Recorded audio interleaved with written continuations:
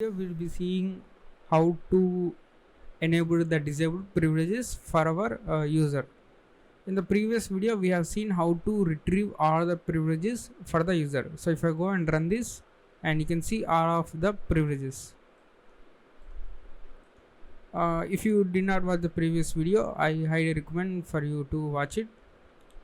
So we'll be adjusting the token privileges, and also remember this function does not add a new privilege.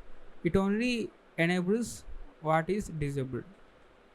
And here we can see we have 5 privileges and only one is enabled, remaining are disabled. So in this video we are going to enable these disabled privileges. For that we will be using this AdjustTokenPrivileges function.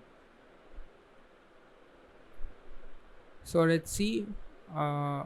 First one is the token handle. So let's go and define this.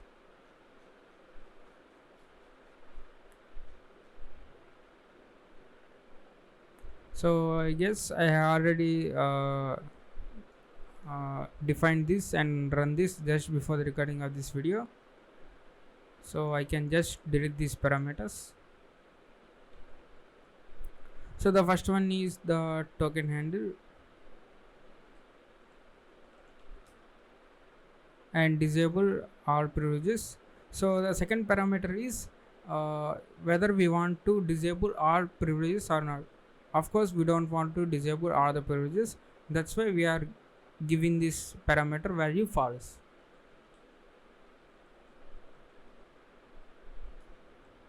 And the third one is a pointer to the token privileges structure. So that is the new state. We are defining our token a new set of privileges, whether we want to enable or disable.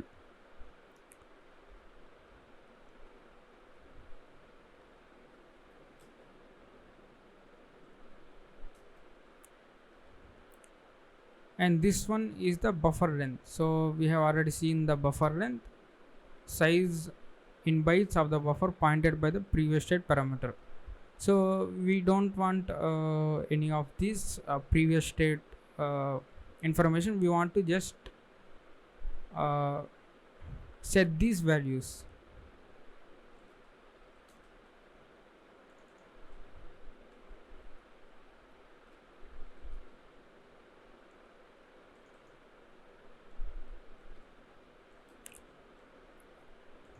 And the output we get the length of this structure.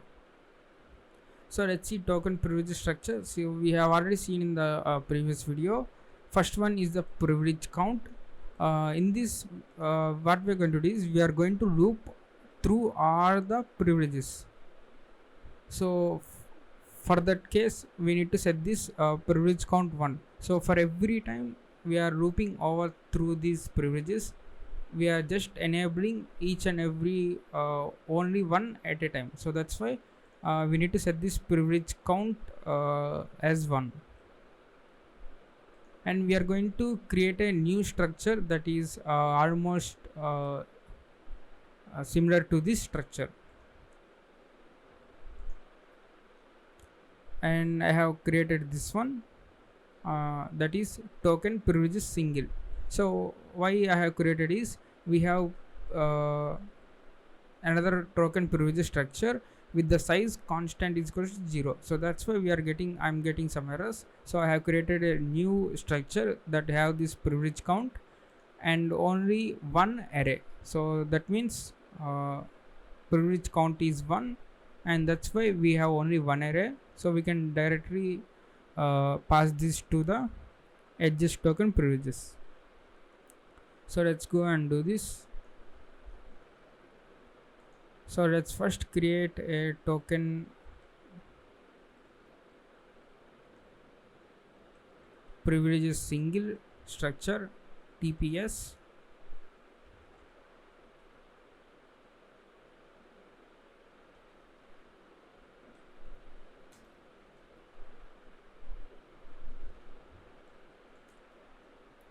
So I'm going to set this TPS dot privilege count is equals to 1, and after that we want to create the array, right? So privileges is equals to new token privileges single.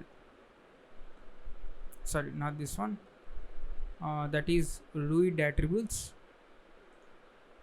So if you go to these privileges, and you can see this is the roid attributes. So new roid attributes.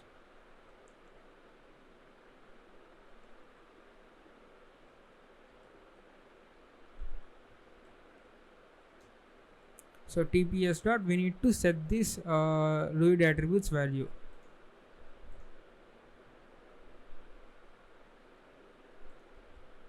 So we have already got this roid structure from this looping over these privileges. So which is the roid structure? That is array 2. So here you can see the roid, we need to specify this roid.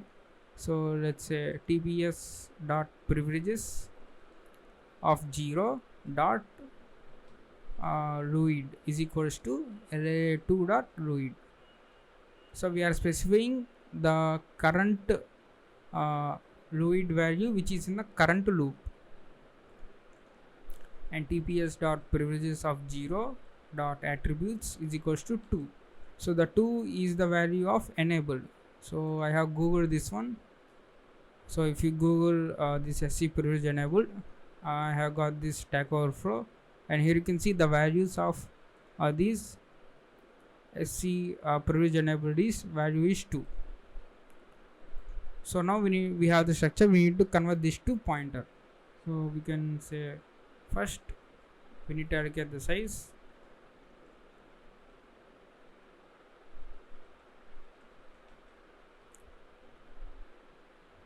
and you can say marshal dot size of TPS, and we need to convert this structure to pointer, marshal dot structure to pointer, and the object is TPS and the pointer is TPS PTR. So I think we are good to go. We will get this pointer pointing to this structure. So let's call this function AdjustTokenPrivileges, and the token handle, and the second one is false because we don't want to disable ourselves all privileges, and the third one is pointer, TPS pointer, and the buffer length 0,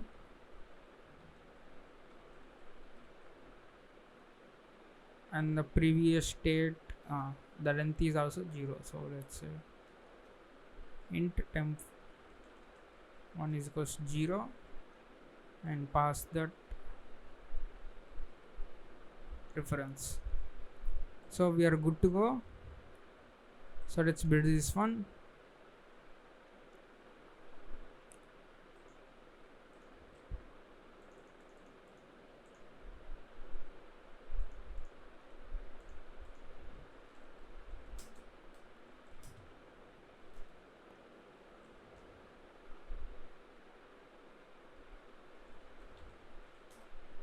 So still we did not enable our privileges.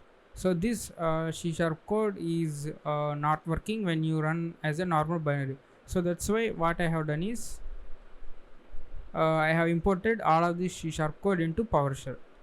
So you can load the .NET assemblies. So I have copied this this PowerShell script from the internet. So all you need to do is you need to define a variable that holds the C# code, and you need to use the add type the value to this variable. So it will create a like a .NET assembly, and from that you will be calling this testing function. So I have already added this. So only changes are these variable names,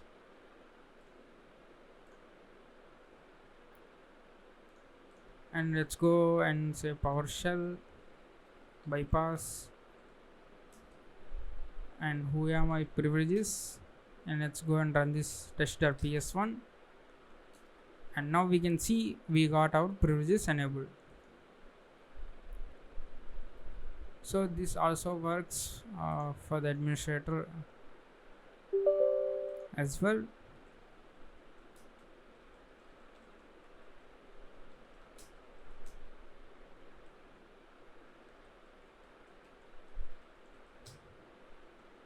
So you can see most of the privileges are disabled. Now we can see we enabled these privileges.